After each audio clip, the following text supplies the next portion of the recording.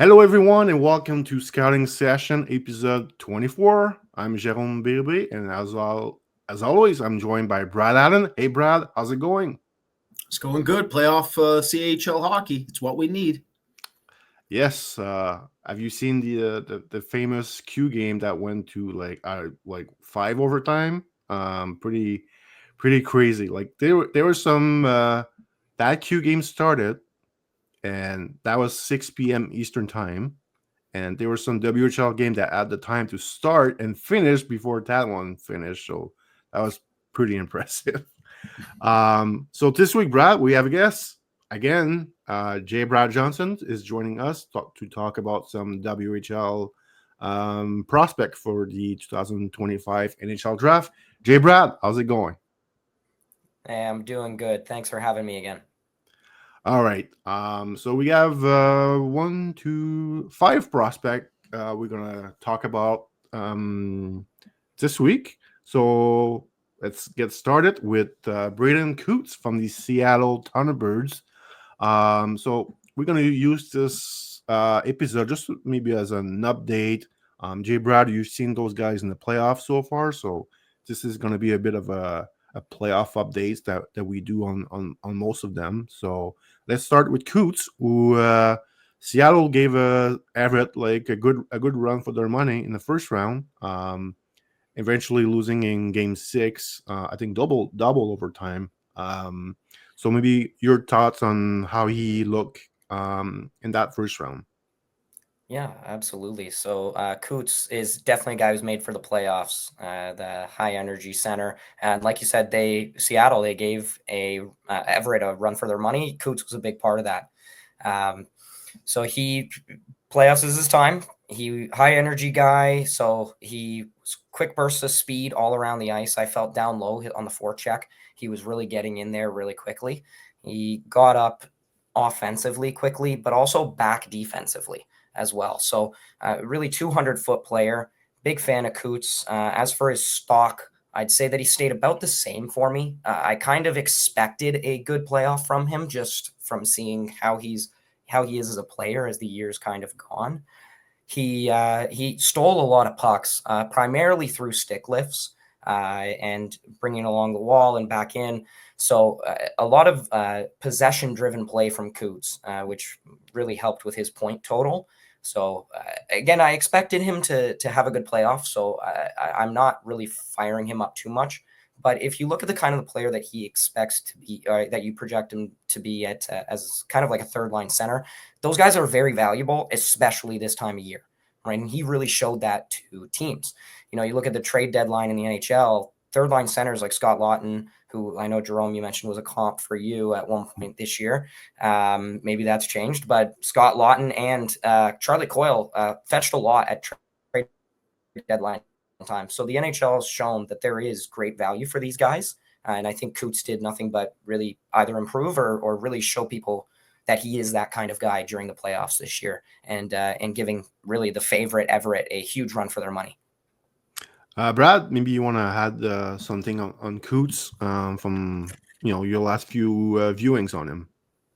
Sure, yeah, I watched him in the Everett series as well, basically every game of them. So the big thing with him is like he'll make his teammates better by creating space for them. But he also makes his teammates better because of that energy he brings over the board. So there's multiple ways that he basically enhances himself when he's not producing, which is extremely important because, I think we project him more as a depth center. And so if he has secondary production, we want to see other primary traits that are going to allow him to still operate in a manner that makes him eligible to be a top-end drafted player. And I think he's on his way for that. I was expecting him to not shy away in the playoff series against Everett, and so far so good.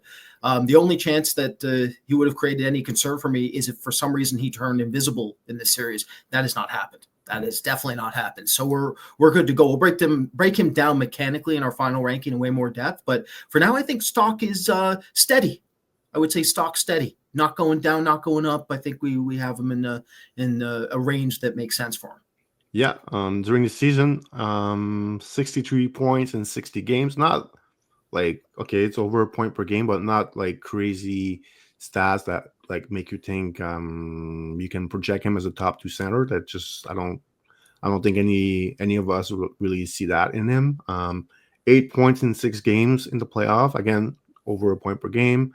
And he's off to the I mean, I don't think it's official, but it's pretty official in my head. He's going to be playing for Canada at the U18. So he should be there. He's also the captain of the Seattle team this year as a 17 years old. So that's always impressive. But I think we are pretty much on the same board as him as a, probably a third line center at best as far as like projecting him.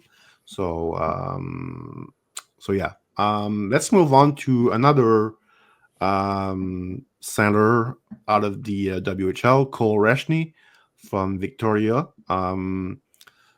J.Brad, I'll start with you. Maybe your thoughts on Reschny late in the season and the playoff.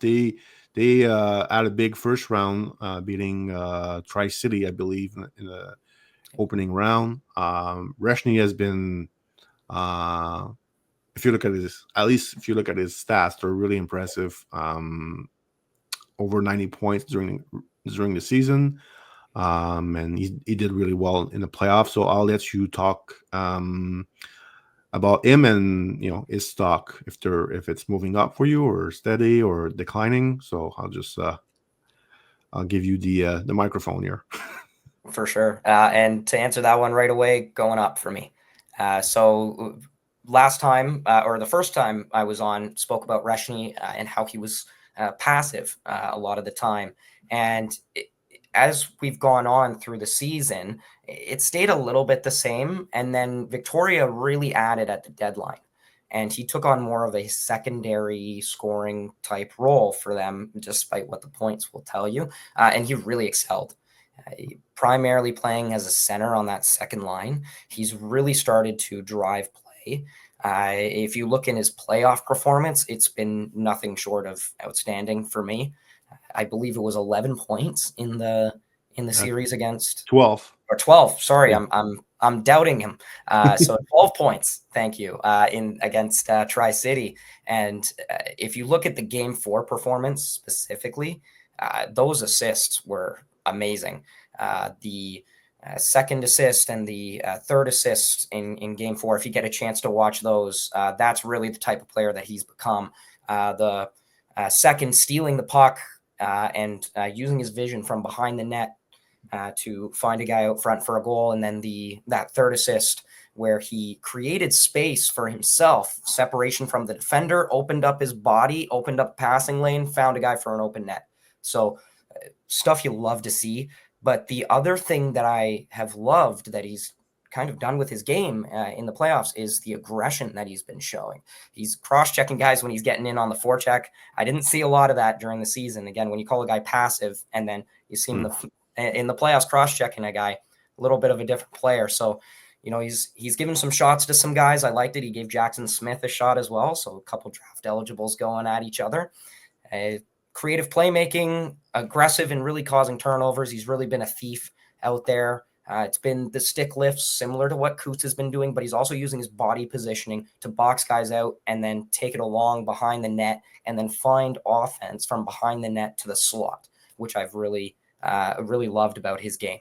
So stock up for Reschny for me.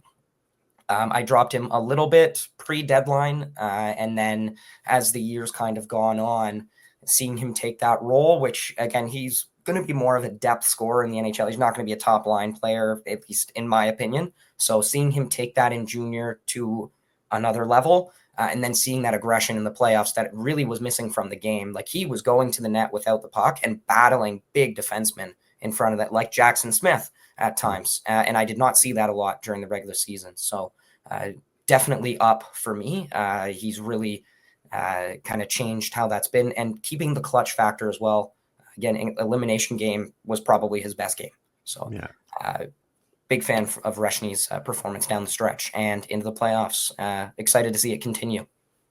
Yeah, I think his playmaking is really good. Like, I don't think the goal scoring will translate out. Like, scored 26 goals this year, 21 last year. So, like, I don't think we're looking at a future 35 goal guy at the NHL level. I was really in agreement with you about how passive he was in most of the regular season. So like I'm happy to hear that like he's about like more intense now, more compete in him now. That really changed my outlook on the player. So yeah, that's a bit of my quick take on Reschny. Brad, do you have like his stock going up as J.Brad just mentioned, or are you where are you going with Reschny? Yeah, definitely up. I've been watching a lot of Joshua Ravensburger, and because he's so enigmatic and consistent, but hyper talented, and so I got to watch a ton of them. And I've ended up watching a lot of them against Reschny, against Victoria, because Victoria has eaten him alive. And so it's like I get a much better understanding of Reschny as I do the Ravensburger scouting too. So I'm not surprised as much as I would have been if I hadn't seen Ravensburger in a head-to-head matchups against him with his playoff performances. It's one of those situations where there was more like isolated, fragmented compete within him, but it was there. It just wasn't always at this level of consistency that we're now seeing in the playoffs. So, I remember Jerome, last month we were debating this player. This player internally has been difficult to get a gauge on and figure out and be like, where are you? And every time you tell me watch him, be like, man, I want more. And then I tell you, honestly, there are some moments you're like, I haven't seen him. All right. And now the playoffs are helping us where it's like, okay, we all get to kind of see what we need to see now. Which is a massive factor. I will say he's very strange. This player is very weird to me. So it's like he has 90 points, but then you watch him, you're like, how? How do you have 90 points? So now you're trying to justify. It's like, where did these come from? And then you realize he's one of those players that he's more than the sum of his parts. You take each individual attribute of him, nothing grades out as exceptional. There's no technical aspect to him where you're like, oh my God, so dynamic. There's none of that.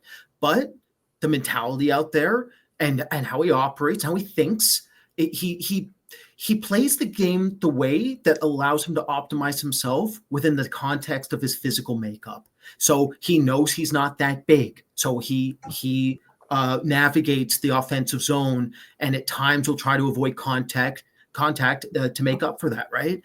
In the playoffs, though, now we're seeing what happens when games are on the line. He stopped caring.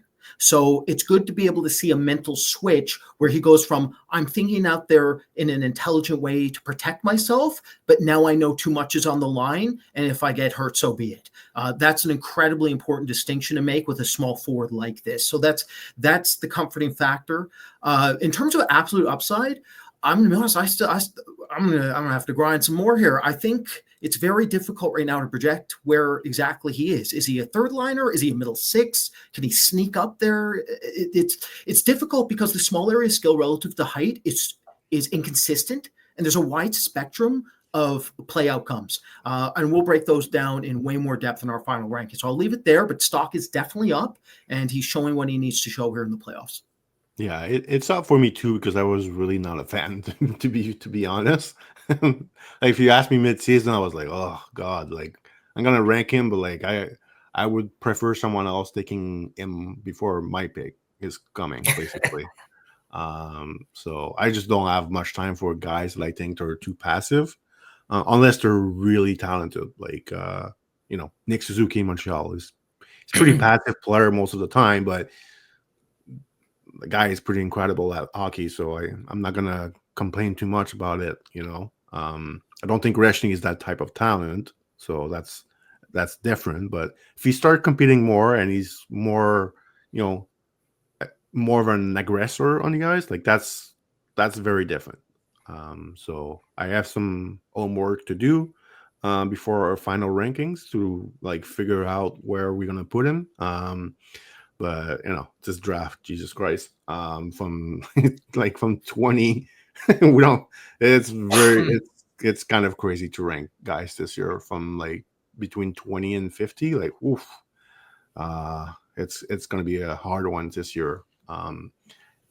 So let's move on to the next guy. And speaking of guy that we really struggle with, let's go with Cameron Schmidt, because he gave us like some headache this year. I would say. J.Brad, I know you were not like too crazy about him. The last time you were on a podcast, when we talk about him. So have things changed for you? How's the stock? Is the stock trending up or is steady for you? How you processing this? Well, speaking of guys, you hope somebody takes in front of you. I'm just kidding. I'll say this: his stock is trending up for me. I have liked how he's been performing as of late. Now, my overall take: this is a very niche player. He's 5'7". There's not a lot of this in the NHL, and I'm not personally ready to put a first-round pickup for a niche player that we don't really have great comps for. So he's been very frustrating for me. He's probably been him and I'd say Blake Fiddler are the two most frustrating players that I've been scouting this year. But I'll give the cake to Cameron Schmidt because they're with the kind of frustrating parts of his game, there's clear talent. So that's what's really frustrating is you see the skill level and you're like, wow, awesome, great. The early season production was good. The playmaking that we've seen later on in the season that wasn't really around early on in the season, great. That's what we want to see. We want to see the skill. But I said Jackson Smith had some moments. Cameron Schmidt definitely has those. I will say from some of the viewings I had of him in the playoffs, I felt his defensive coverage, his defensive play was better than what I'd seen earlier on in the season. So I'd seen a lot of drifting from him at times defensively, and in the playoffs, he seemed more engaged. I'll take that all day. But when I'm looking at the total evaluation of this player, I don't want to look too much into a short playoff series that he had against Spokane compared to the bulk of what we had from the Holinka, from the regular season, from the prospect game. So I don't want to put too much stock into what's going on here and overrank him, but I don't want to underrank him and disregard this. So he made my job a lot harder, I'll say. But the playmaking, like I said, is probably the biggest improvement for me the last couple games. So that game 2 performance specifically, I think he had 4 points, goal, 3 assists. So overall, stock trending up, but still a frustrating player for me as we go down the stretch here. Yeah, score 40 goals this season, 78 points, which is good stats, but it's not like some amazing special stats that you kind of want to see from a 5'7", 5'8" player. Like, you look at what DeBrincat did in his draft year. You look at Caulfield, what he did in his draft year. They were a special player and they had a special stats line. So there's not many guys like Schmidt in the NHL. Doesn't mean he can't be a NHLer because he has some talent. And he has improved in I would say, the second half of the season. And Brad, you and I had some private discussion about him, saying, "Oh, this player, my goodness, he's gonna drive us crazy," because we didn't really like him in the first half, and some stuff for him are changing. And one of them is the playmaking that we talk about. That the playmaking got better in the second half. So maybe Brad, you can touch on the playmaking and your overall thoughts on Schmidt. Well, I'll start by saying that I think we got to give him a little bit of benefit of the doubt with the production relative to DeBrincat and Caulfield, because look at what they had, right? Look at the teams DeBrincat and Caulfield were on. It's one of the best programs ever, and then DeBrincat was playing with just uber mech, like Burakovsky and McDavid and Strome, and it was just ridiculous, right? Those teams were amazing. So I do feel like he'd probably get close to that mark if he had similar teammates, right? That would help. The other factor I'll say is this. I know this for some of you listening, be like, well, what are you talking about right now? But bear with me here. His season reminds me a little bit of the way we felt like Jamie Drysdale, Jerome, in some way. So Jamie Drysdale, we thought was overrated, and everybody thought we were crazy. And then the U20s happened, and then we thought we were crazy, Or like, okay, no, he's the real deal. I'll never forget the shift he had against Russia where he got injured and he battled and went up against two monsters. I can't remember who they were. It might have been Dmitry Voronkov, might have been one of them. God help Drysdale. But he did really well in the sequence, got the retrieval, got the exit. He was injured, got it done. They had a brilliant pass. It was like Elias Pettersson before his massive crash this season where he had that beautiful stretch bank pass off the boards. And it didn't hit the mark, but the fact he attempted at the U20 level in his initial draft season, like that's a level of confidence that you're looking for in a kid. And so we go back, we watch him in Erie again after U20s, and he was bad. I was like, oh God, what do we do? And then we ended up dropping him the lowest. And everybody was like, oh, you guys suck. You're so wrong. And it turned out we were wrong, just not the way everybody thought. We should have him way lower. So, we had Schneider ahead and people thought we should leave the industry, but it is what it is. So this is the difference, though.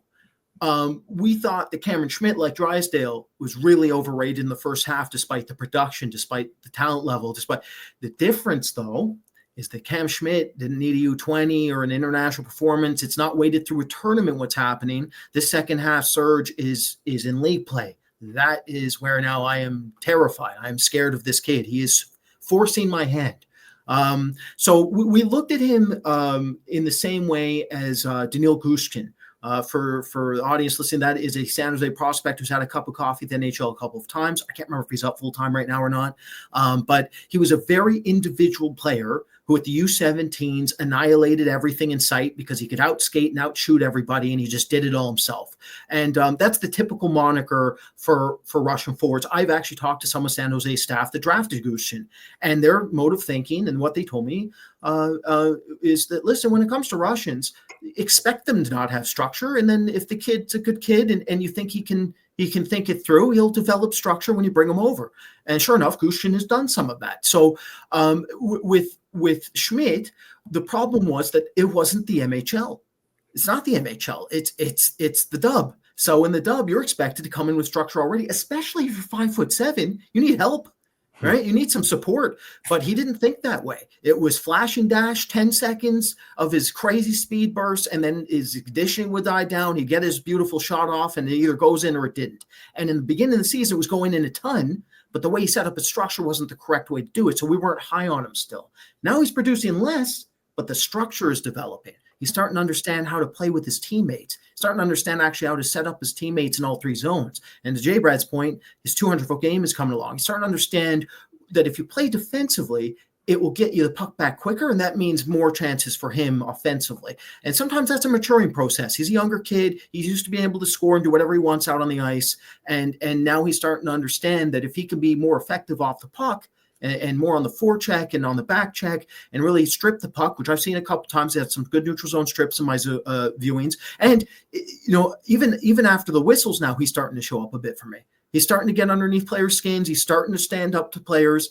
And that's absolutely what he needs. So now, to J.Brad's point again, this is an anomaly. This is an enigma of a player. There is no comps in the NHL for this player. So what we have to do as a staff is figure out exactly how he can translate successfully, or try to figure out if he can't and get somewhere. But I had very little time for this player in the first half. And out of any stock riser, he's probably the largest for me, where I am now legitimately afraid of this kid, which means I got to go and really deep dive him at the end here and make sure we get it right. Yeah, and most likely he will be at the U18, play for Canada, and I'm sure he might score quite a number of goals at this tournament. Against not every team is going to be good at this tournament. There's a lot of weaker team that Canada might face. So he should be there. So let's move on to the next guy. We have two guys remaining. So let's start with actually those two are guys that J.Brad was the first one to mention to me really early on the season. So let's start with Hayden Paupanekis for the Kelowna Rockets. Started the year with Spokane. He was traded for Andrew Crystal, I believe. So obviously Kelowna not really good this season. They're hosting the Mem Cup next season. So Paupanekis has produced less with them. Don't look at his plus minus. It's a useless stat, but it's still minus 28 in 32 games. Scored 11 goals, but he's a 6'4" center with some legit skills. So J.Brad, is the stock trending up for you, or it's more steady? Tell us about it. So Big Poppy out in Kelowna. So I'm gonna say with him, his stock has stayed the same for me. As you mentioned, I mentioned him really early on. I've been a big fan of this guy. He was one of the surprise names, along with the next one that I threw at you early for the top 64. So I'm a big fan of this player. He has stayed the same for me because in Kelowna, he doesn't have much to play with.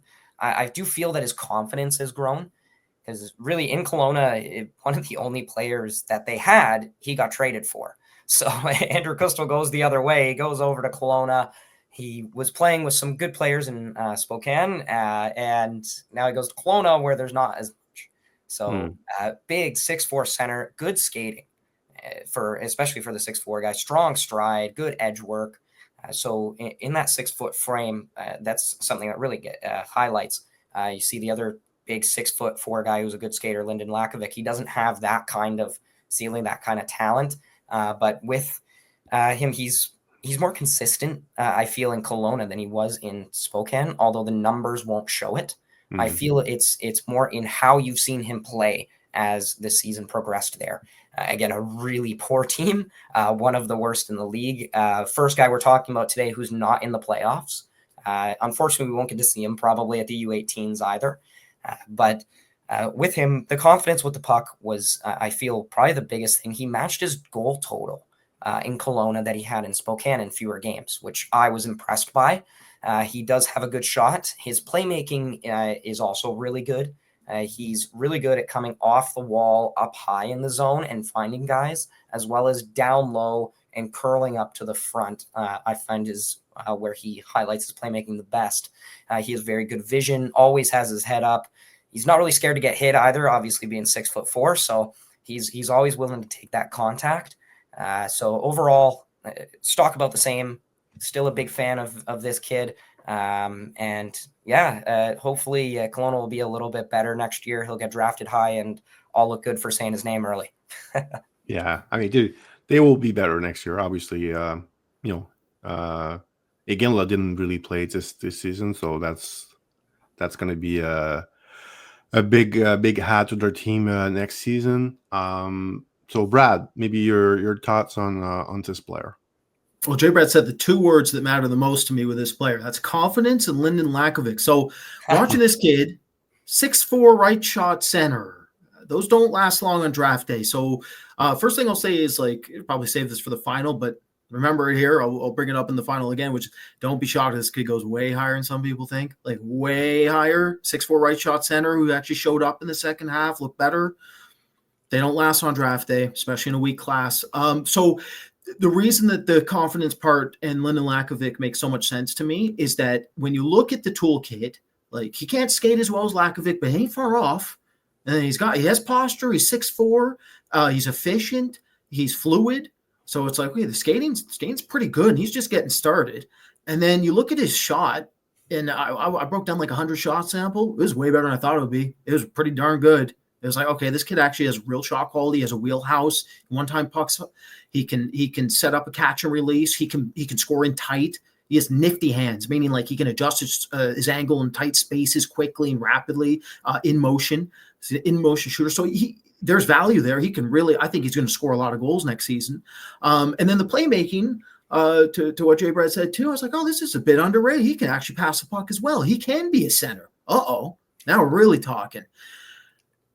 And then I'm like watching him. I'm watching game 3, game 4, game 5, game 6. I'm like, I like this player, but I want more. And I'm like, who else is like that from the dub? Oh, Lyndon Lakovic again. Here we go again. Now there is a distinction, which is Lyndon Lakovic is definitely more dynamic, more talented. Lyndon Lakovic is one of the most talented players in the class.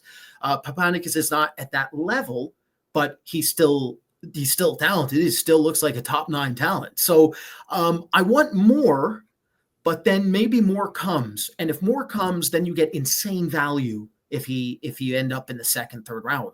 So I find him extraordinarily difficult to rank because, like Lyndon Lakovic, you go one of two ways with these players. You either believe he's going to flip the switch and it's go time, and then you put him really high, or he's not flipping that switch and you're left dead in the water. You got not Oscar Olauzen levels of bad, but you're left wanting more all the time. And you're freaking out. And we talked about this. Patrick Waugh, he's turning gray. He's talking about how players have to become terror birds out on the ice because he's freaking out because of Pierre Engvall. That can happen if it goes the other way. But with Paupanekis, like, you got to worry about it. Maybe things take off. Then in a redraft, holy, he could be one of those hidden gems. This might be one of the dark horses of the entire class. So incredibly difficult player to rank. We're gonna have to break that down in a ton of depth here. Looking forward to the final where we really break him down. But stock has definitely risen for me in dramatic fashion. In a weaker depth, like the depth in this class is not there. 6'4" right shot center who is performing pretty decent with upside. Like, what are we like? I know there's NHL staff who are gonna be mad about this. It's like, no, it's over. They're out talking about him online. Some staff has this kid way high. I tell you right now, I guarantee you I'm going to guess at least 5 or 6 staffs out there have this kid as a first rounder. I would not be shocked whatsoever. I really wouldn't be. There's going to be other staffs who are like, you're out of your mind. He's not even on our list because his compete just doesn't show up enough. Fair play. It depends on the philosophy that you're looking at, but a very interesting prospect. We're gonna be talking more about him for sure. All right. Next player, and the last player we're gonna mention today, Matthew Gard from the Red Deer Rebels. 6'4", 6'5", power forward, moves well. Not like the most exciting stats line if you look at his stats, but it's not really doesn't really matter when you project him to be, that depth forward that can play a physical game with his skating was actually pretty good for his size. So I'll let J.Brad mention what do you have on Matthew Gard, J.Brad? Yeah, another 6'4" center. So with Gard, he's, like you said, good skater for his size. I like his playmaking. I feel that although, again, the stats don't really reflect this player well, he's another one of those guys where don't stat watch this guy, watch his games. Yeah. You'll notice that net front presence that he has, and surprisingly really good on the power play as well, net front. He gets a stick on pucks really well, really clean at picking up rebounds, cleaning up the garbage. A lot of goals are scored in front of the net there. He's able to do a lot of that. He scored 22, I believe, this year. So not bad at putting the puck in the net, especially on a bad team in Red Deer. So he was their leading scorer as well. He got to play power play. He got to play penalty kill, and he was 5-on-5. So he's playing all situations this year. Really good on the penalty kill, I felt, too. One of the things I really like about him in the defensive zone is with that 6'4" size and that long reach, he's able to take away space. He's able to take away time, passing lanes, shooting lanes. I really like what he's able to do in the defensive zone in suppressing offensive play in the middle and forcing things to the outside, especially up high on those defensemen. So a guy who, again, I've been high on all year. He's moved a little bit up in my books. I'd say he's a slight riser because, again, I've always liked him, but I feel the penalty kill and the power play, the special teams has really gotten better as the year has gone on, especially on a poor team. He's a guy that I really want to see at the U18s, and I don't think I'm going to get that chance. I think he'd be a great fit on that bottom 6 penalty kill, maybe even second unit power play. I'm likely pushing it there. But overall, I think a team's going to draft this guy high as well. He's got a lot going for him. He's putting goal totals up as a big guy. He's killing penalties. So he's got a lot of attributes that you like in a player. He's smart as well. And with the playmaking, he could play center. So a guy who you'll see probably go higher on draft day than a lot of people would expect. For me, it's for good reason. I've always been a big fan of this player. Yeah, I mean, I'd be shocked if he doesn't go in the top two, like the second round. Like I think absolutely, I'd be like shocked. Like even if his stats, it's funny. Like he leads his team in scoring, but he has 36 points. That tells you all you need to know about the Red Deer Rebels this season. And yeah, like I've heard too, like he might not go to the U18, so that's a bit of a bummer. Anyway, Brad, maybe your thoughts on Matthew Gard. Yeah, I'm with you guys. Stock steady for me. I mean, 6'5" power playmaker, 200-foot player, has a motor, net front presence. Like, yeah, I won't be shocked at all if he goes in the first round, like second, maybe end of the first. Like teams want that for days. You can't find many of these players. To your point, I think the biggest thing with this player, when you look at his production, you want more, but then you look at him play and it's like, oh, he's way better in his production.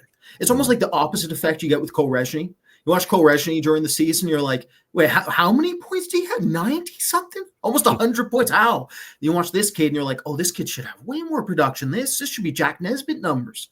Where's the Jack Nesbitt production? Right? That's how you kind of look at him when you watch him. Playmaking underrated. And then this is the thing about this player, that this is why he'll go high. He's so projectable. Like, okay, think about some of the players we're talking about, guys. We're trying to figure out if Cam Schmidt can play in any capacity because he's an enigma, an anomaly, he's a one-off, and there's nothing we can reference him to. Okay, then you look at Cole Reschny and it's like, he's good, but, and then you see his production, you're like, what? And then you see what he's doing in the playoffs, you're like, wait, hang on. And right, you're all over the map trying to figure out where to put him, and his season has been inconsistent all over the map depending on what section you're looking at. And then, like, we're talking about I hope I'm saying Paupanekis. How do you say his name? Is he Greek? What is that name? Paupanekis. Either way, right. he is difficult to project correctly. It's very difficult to understand what you're getting with that player at this time. This player, we know exactly what he is. We know exactly how he operates. We know exactly what his production, I think, is going to be. We know where it's going to come from. We know what he is. He is what he is. Thank you, God, that there's one of them out there that's doing this for us, because this draft class is not that. This class is crazy. It is so much projection, extra projection necessary, so many variables with these kids. Even in the top 10, we could argue all day about the top 5 in this draft still. There's like no consensus in any capacity in this class about anything. There's no risk. Matthew Gard. There's no risk with him. There's no risk. There's no risk because we NHL team love there's no variable. They love any NHL team will take it all day, and especially if they think he maintains his center position, which he will. Yeah. It's over. So there you go, Matthew Gard. We he's going to go really high in this class. I think I really do. All right, well, that's going to wrap up this week's episode. We're going to be back next week with another episode talking about the NHL Draft. J.Brad and Brad, thanks a lot, guys, for joining me for scouting sessions today. And we'll be back next week for another episode. So take care of everyone, and we'll see you guys next week.